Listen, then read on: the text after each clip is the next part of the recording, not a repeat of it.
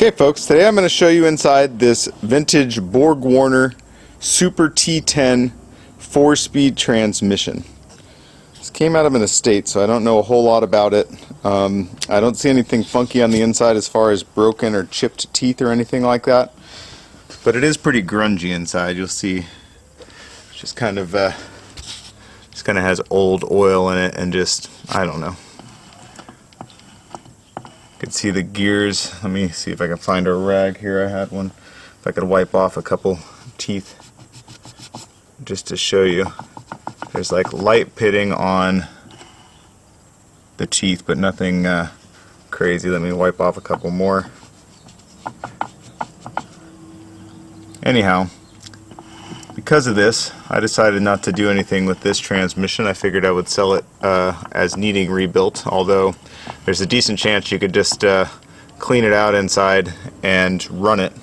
There's just a lot of dirty old oil and things in it, but the synchro teeth don't look all worn out, and the teeth on the gears themselves are not chipped up or messed up.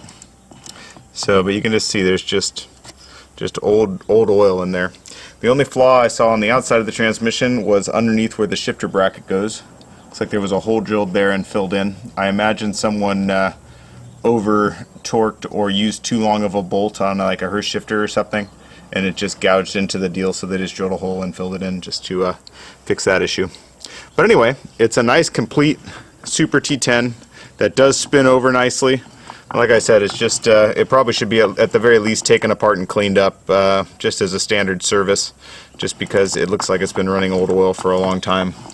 But that said, it's all here. There's no welds or big corrosion marks or anything like that. Just a nice, what I would say is a good core transmission that may just be able to be cleaned up or could be rebuilt. These SuperT10s are becoming really hard to find. This particular one has no grooves on the input shaft here, so I believe that makes it a wide ratio transmission. I'll clarify in the description, but if it is that, it's really good if you have a rear end with like 256 or 273 or 308 gears. It gives you a really deep first gear, and then by the time you get to fourth gear, you're at 1-to-1, and it's almost like you have an overdrive. So it's a pretty nice situation. The factory did it for a reason.